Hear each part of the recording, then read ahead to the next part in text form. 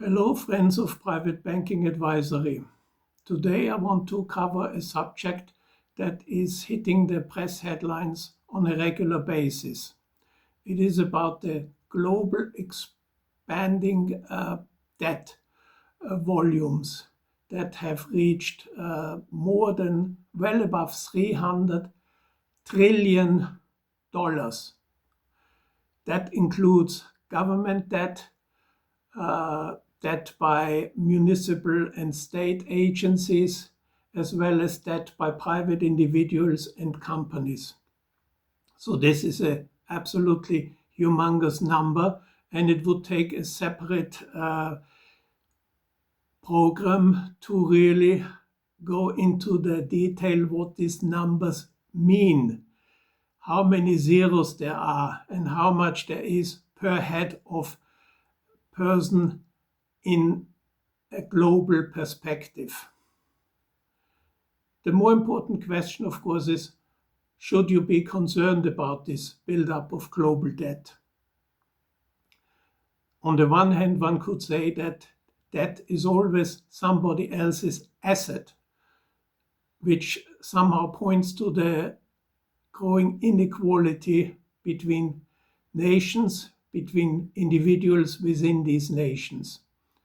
So the so-called 10% or 1% obviously will own a majority of this debt, whereas the remaining populations, 90 to 99%, will be the ones that have to service this debt or pay it off, or at least pay the interest on it. The reason for this extreme buildup of debt, in my opinion, is that governments want to spend more than they can tax people. The share of government spending in the GDP has risen constantly over the last decades, starting in the early 1970s, when government spending was relatively modest, but it has risen from 20-30% of GDP to 70-80%, and now is reaching or surpassing the 100% mark. You could obviously say that it doesn't really matter. Look at Japan. There the debt is 250% of GDP, and somehow the country seems to do all right. It's not exactly growing very fast, but that is also blamed on the shrinking population and the fact that the Japanese live longer and longer, and the share of the old in the population is growing all the time. So what's the impact of this growth in debt? A side effect is that the central banks have facilitated this expansion in government spending. They have made it easier to issue debt, and it doesn't help that the economic consensus seems to be that inflation of 2% is a good thing. It stimulates the economy.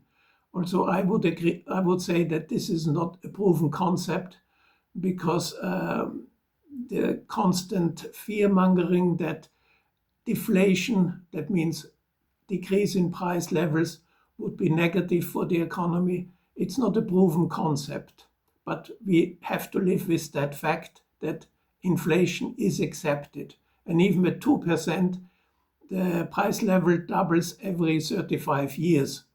And as we know, inflation often is a bit higher than that. So we have, as a result, this increase in inflation, which on a compound basis means that since about 1970, all currencies are only worth a fraction of their value at that distant point in the past.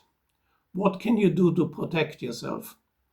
There is talk of rising tax levels in most countries. So obviously, you have to invest in a way that tax bite can be kept as low as possible. You also have to try to protect against inflation, because inflation is not going to go away. You also have to protect against avaricious governments that are not afraid to basically take your money away or your assets away in a blatant fashion that can only be compared to theft. Talk of exit taxes are starting to creep up, for example, in the UK, which means that you're not really the owner of your assets. It's basically lent to you by the government, and the government is free to take your assets away in any way or fashion that it decides. I will cover the point of protecting your assets in a different video. There's also the global risk of major wars breaking out. That's another risk factor that has to be considered in your financial planning. And I hope you will join me in the next video. Thank you very much for watching this video, and I hope you're well and wish you good luck in the next few days.